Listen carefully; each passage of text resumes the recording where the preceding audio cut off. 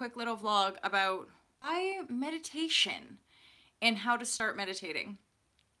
And this really comes off the back of personal experience. I mean, you can read about it, you can try it out, you can do ample meditation retreats or meditation courses or guided meditations. We're now living in a time where it's like almost inexcusable to not start meditating because it's so powerful.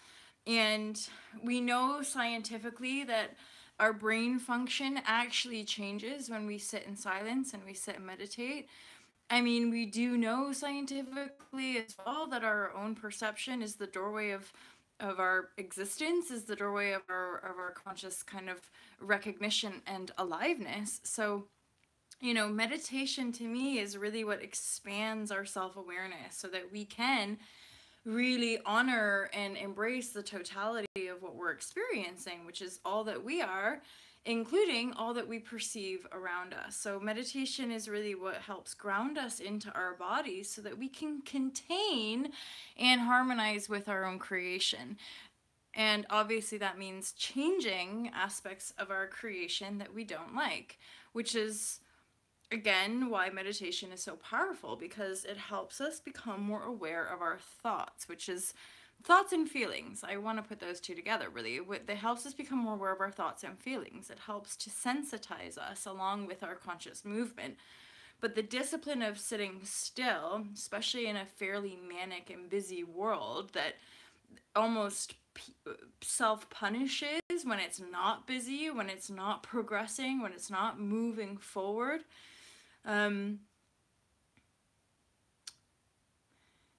Okay, thank you. You know, to sit down and be still in all of that busyness is a real antidote. And, you know, being present with your energy stream is, you know, the juice. Being able to pay attention to that is the juice. And, you know, paying attention to something in the present moment is one thing, and then also being able to direct our energy and sort of direct and focus where our energy is being put. That's another huge part of positive or active manifestation. We're always kind of moving into manifestation as we let go of other, as we let go of, I call it the density in the Fearless Life Guide, right? And right now I'm sitting with one of your comments about meditation. You don't need silence, I think you said, in meditation, which I think when you're first not meditating at all and life is really, really, really busy, that you do want that. You do want the challenge of actually sitting down and not talking, and actually sitting down and not engaging with other people.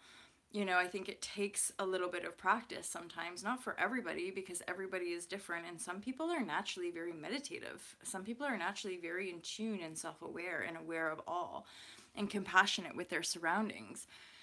But for those of us that were masked and kind of very distorted in our own lives, the actual practice of sitting in silence and sitting in stillness is like the discipline that helps you kind of build the bridge into your own meditative natural state, which is, again, I would say a fairly natural state for humanity once you're in tune with your divine spark, once you're, you know, fully centered in the center that is you, you know, as the one creator.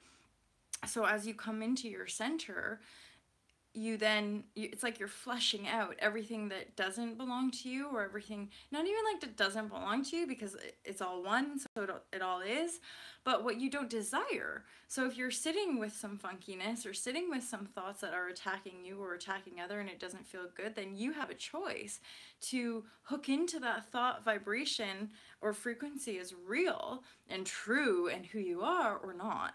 And that's the power of meditation. That's the power of just like coming into this infinite void and then allowing natural nudges and impulses and usherings to guide you into something more beautiful and something more expansive and something, it's unknown usually, and that's often the biggest scariness. And I think that's often why people don't want to sit down.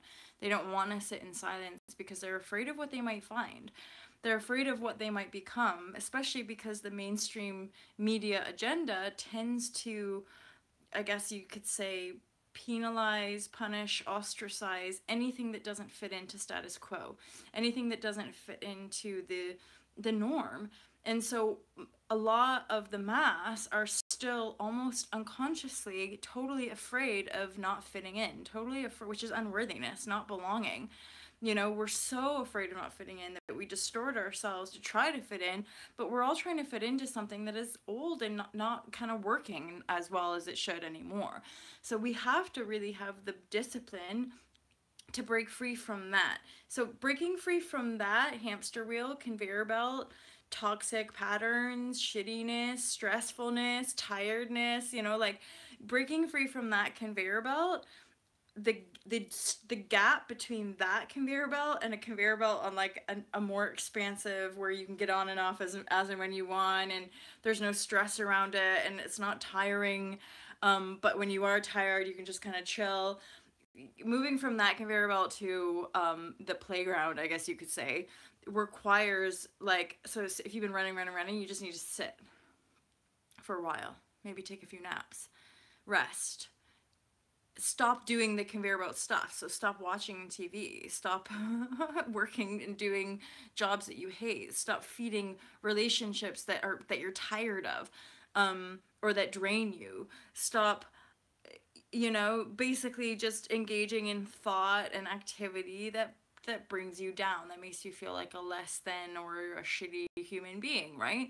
So you have to stop doing those conveyor belt activities and patterns, which, yeah, it might not happen all in one go. You might have to be on the conveyor belt and be like, you know what, I'm just going to stop watching this TV, and you turn off your TV and you're still on the conveyor belt. And then by turning off the TV, you start doing other things and you start meeting other people. And then before you know it, you're like, actually, I'm just going to fucking exit. I'm just going to get off this conveyor belt and I'm going to try these things that are more grounded. You know, I'm going to go work on a farm, or I'm going to come to the Cleve and work in a sustainability project. You know, it's like putting our hands and feet on the ground and saying, here we are on Earth.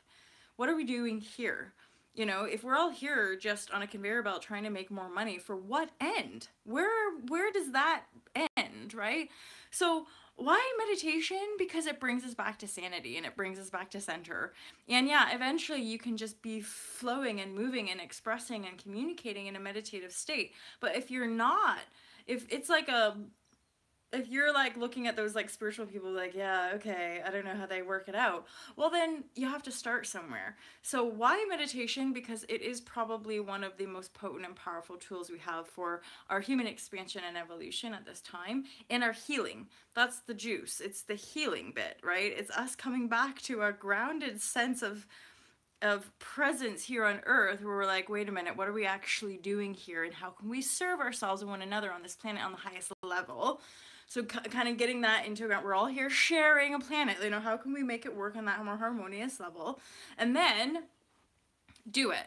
And that's the break off. So like actually sit down and meditate. And the guidance I give in the Fearless Life Guide is just to build a station. So why meditation? It's the fucking most powerful thing you can do ever to change your life. And it's not a quick fix. That's why it fucking works. I'm not telling you to meditate so that you buy something from me, although I'd always appreciate it.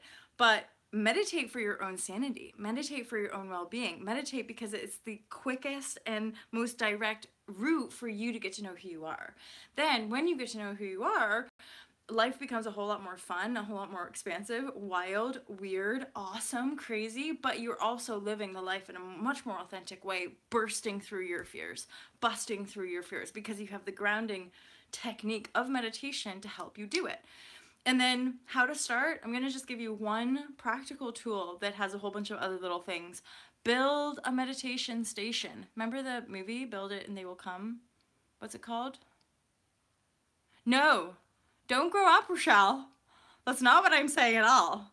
But a lot of us kind of growing up, I think, has to do with like growing up into your playful, inner child expressive expressiveness in adult form, because we want that yoking field of dreams. Thank you. We want that yoking childhood playfulness, love, creativity to be born into our new manifestations for the new paradigm. So that's the point of meditation. Thank you for bringing that up, is that we can move from this like really austere, serious, like, yes, I have to meditate all the time. And no, that's not the point of meditation. The point of meditation is to get you from austere, serious, like life is hard adult mode into like, oh my God, I'm a creator. I'm on this planet in this body. And I've suddenly become more aware of my power to create worlds, as Abraham would say.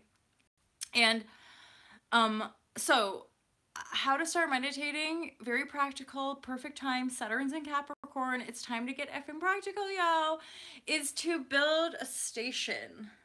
This is actually, it's sort of just developed into mine. I don't actually meditate here. I do sometimes meditate here, but I also meditate up on my bed, y'all. Or some of you know I am like living on a kind of retreat center, and you guys can come visit me here sometime if you want. But I also will sometimes go outside and meditate in the garden, or meditate up on the top.